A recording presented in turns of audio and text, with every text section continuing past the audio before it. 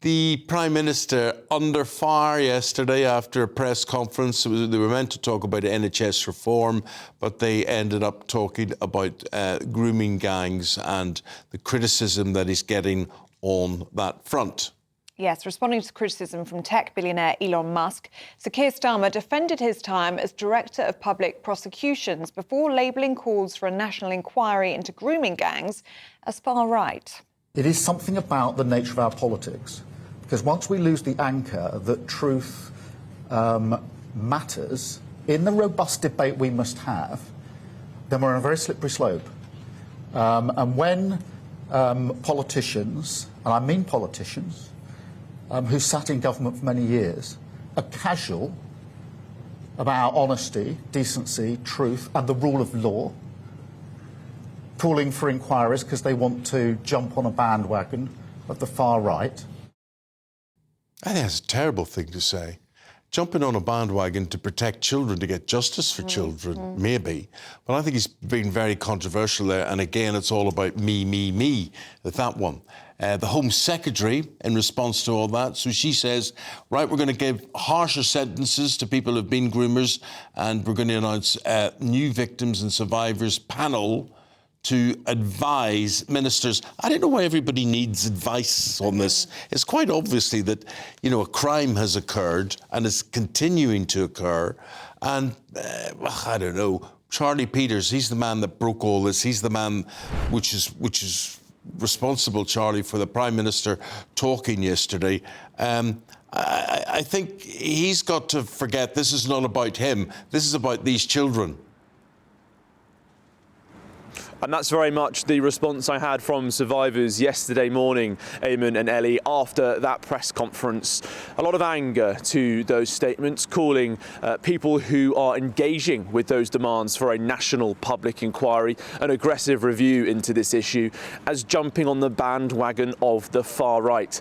Yesterday was day 6 of this story rumbling on after we broke the news last Wednesday that the Safeguarding Minister, Jess Phillips, had denied a request from Oldham Council for a government-led review. This was Labour's opportunity to take control of the message and respond to all of the criticism that has been levelled at the party, at the government and at Keir Starmer since that news was broke on Wednesday. But I have to say that control very much slipping from them at the moment with the responses we've seen from survivors and campaigners across the country.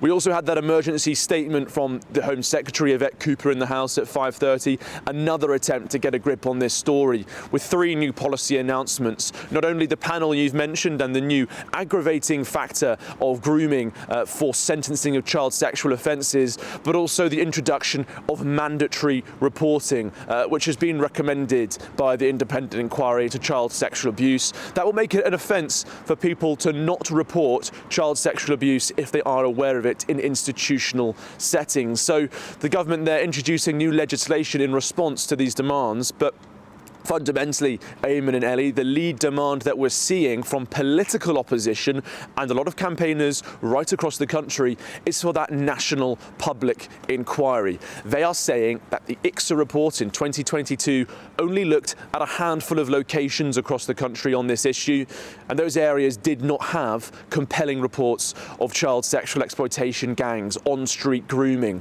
They've pointed to the fact that there are well over 50 different towns and cities where this has been reported, that has been compiled by GB News, where investigations, they say, need to take place to uncover any corruption, prevention of investigation and any cover-ups that could have led to this national atrocity being ignored. But there are also further political problems for Labour on this. Last night, GB News revealed that an influential Labour group called Blue Labour, led by the Labour peer Maurice Glasman, had broken with the government's stance on this. They have demanded a national public inquiry, saying that it has to look into this issue across the country without any fear. Could we see more Labour voices add to those demands? OK, Charlie, we're going to speak to you again throughout the morning as you raise this whole subject again, and we're going to get reaction from our viewers and listeners. Well, let's speak now to Deputy Editor at Spiked, Fraser Myers, who joins us in the studio now. Good to see you. Good morning. Fraser, and I'm just listening to Charlie there. You wonder how the survivors and their families feel about all of this being politicised, and Sir Keir Starmer claiming that wanting an investigation, a national inquiry into all of this is far right. I think Keir Starmer's comments are outrageous. I think it compounds the original failure with this grooming gang scandal. One of the reasons why these cases were not investigated, why so many women and girls were abandoned, why they were ignored, was because out of this fear, the authorities did not want to appear racist. Now we hear that it's far right to be concerned about this issue. I don't see the difference there. That we are compounding the failure once more. We cannot allow sensitivities around race or around appearing to be far right get in the way of justice for these many, many thousands of victims. But Fraser, here's the thing. People will look at this and they'll say, well, what harm is an inquiry going to do? You looked at 5 areas, you should have looked at 50 areas. Why not give justice to the people in these areas? Really, at the end of the day, if we're doing the right thing, what harm are we doing? So who would come out of this not looking well?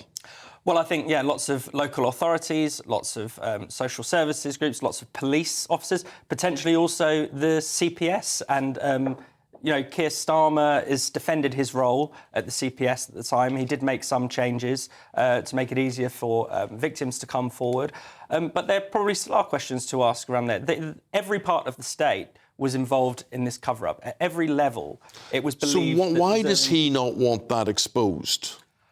I'm not sure that he doesn't want it exposed. I think he's just mishandled this. I think he's totally misjudged the mood of the nation. I think he thinks that this is a social media issue. Yeah. He's coming out swinging against Elon Musk, and to some extent, fair enough. Some of the things Elon Musk is saying is crazy, talking about, essentially the US invading the UK and liberating us from our tyrannical government. That's bonkers.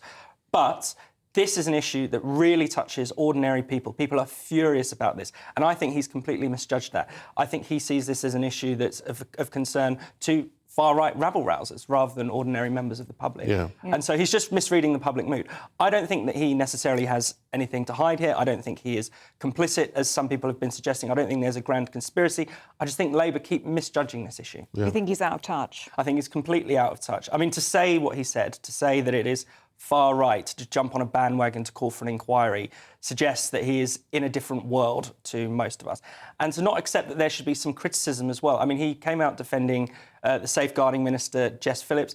Understandably, some of that criticism crosses a line, perhaps goes into threats, but we haven't seen that. But I'm more interested in the kids that were abused rather than Jess Phillips. Most of his answer to those questions yesterday were about protecting his own reputation, defending Jess Phillips. That's what he got most passionate about. He did talk about the kids, but you didn't really see the same level of passion as in defending his own reputation. Yeah. Here's the other thing. Elon Musk. I mean, in my view, Elon Musk is a rich Egypt.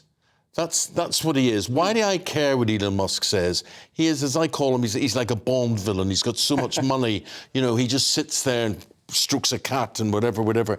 Who cares what Elon Musk says? Well, that's the thing. It's, the Labour Party, when they are in government, they should not be derailed by the ramblings of a tech billionaire. He's probably tweeting right now as we speak. He's been on an absolute rampage over this issue. But they do have to recognise where there's a strength of feeling that is shared more broadly in the country.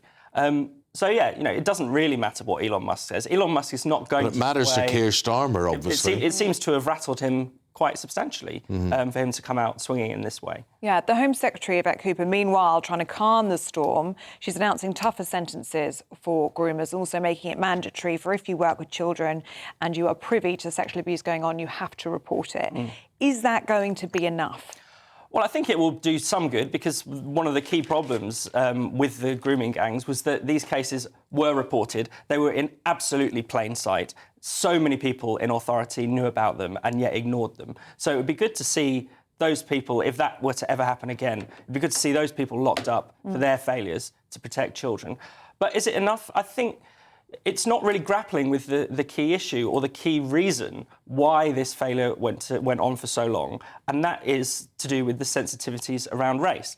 And that's the thing that has to be confronted, and that's the thing that I think that Labour is most nervous about confronting.